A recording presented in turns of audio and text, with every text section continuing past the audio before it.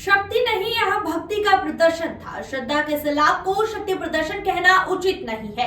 इस चल समारोह में संपूर्ण समाज की उपस्थिति थी। यहाँ बात मुनि प्रमाण सागर महाराज ने मीडिया से एक अनौपचारिक चर्चा में कही। दरअसल महाराज का चातुर्मास इंदौर में सफलता के साथ पूर्ण हो चुका है। ऐसे में महाराज श्री 108 रथावर्तन महोत्सव की सफलता पर पत्रकारों से चर्चा कर रहे थे। उन्होंने चातुर्मास के दौरान समाज से हुए संवाद और बदलाव पर भी चर्चा की। एक साथ शक्ति प्रदर्शन नहीं है, भक्ति प्रदर्शन। हम शक्ति पर विश्वास नहीं करते, हम भक्ति पर विश्वास करते हैं। श्रद्धा का सैलाब उमड़ा, इसे शक्ति के रूप में न देखें। वहाँ सब कितनी भावना के साथ उमड़े और भले चल समारोह जैन समाज के द्वारा आयोजित था, पर उसमें सब जैन ही थे, ऐसी बात नहीं, आम जन भी थे। पंडित धीरेन्द्र शास्त्री की जो यात्रा निकल, देखिए, परिवर्तन तो स्वभाव है और परिवर्तन तो होता ही रहेगा, लेकिन हमने एक चीज़ देखा है कि इन सब परिवर्तनों के बाद भी निष्ठा सुरक्षित है,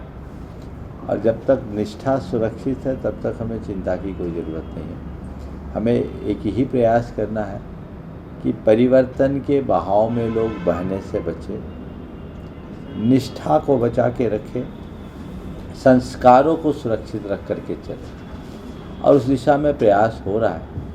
यद किंचित भटकाव है भी तो उसमें वापस ठहराव लाया जा सकता है। किस तरह के भटकाव आपके नॉलेज में आए?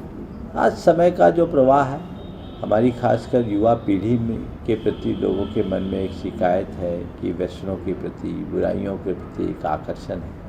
तरह तरह का एडिक्शन जो बढ़ रहा है और नकारात्मक प्रवृत्तियाँ बढ़ रही है, इसे नियंत्रित किया जा सकता है।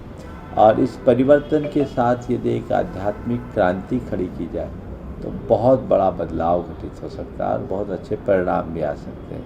साधु संतों के माध्यम से यदि इस तरह की पहल हो कि हम धर्म के साथ साथ अध्यात्म का प्रचार करें और लोगों को मूल्य बोध कराएं तो बहुत अच्छा परिणाम आएगा। क्या आपको ऐसा लगता है कि संत जन जो है मूल्यों का बोध कराने में पिछड़ से रहे?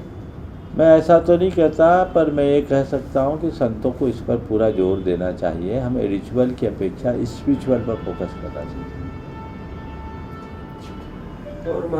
पूरी तरह से कड़े हिंदुत्व की तरफ दिखा रहे हैं। अगर देखा जाए तो उनका कहना है, जब तक मैं सभी हिंदुओं को इकट्ठा नहीं करूंगा, मैं कड़ाऊ नहीं पहनूंगा, मैं गले में माला नहीं पहनूंगा। इस तरह की जो उनके बयान आ रहे हैं, उसको लेकर क्या कहेंगे हिंदुत्व की तरफ? देखिए, उनके बयान क्या है मुझे पूरा पता नहीं, लेकिन मैं देश की एकता, अखंडता और एकात्मता के लिए यदि कोई प्रयास होता है तो मेरी नज़र में वो सब स्वागत योग्य है। अब उन्होंने क्या कहा और वो क्या स्टैंड ले रहे हैं मुझे पता नहीं है, जान के।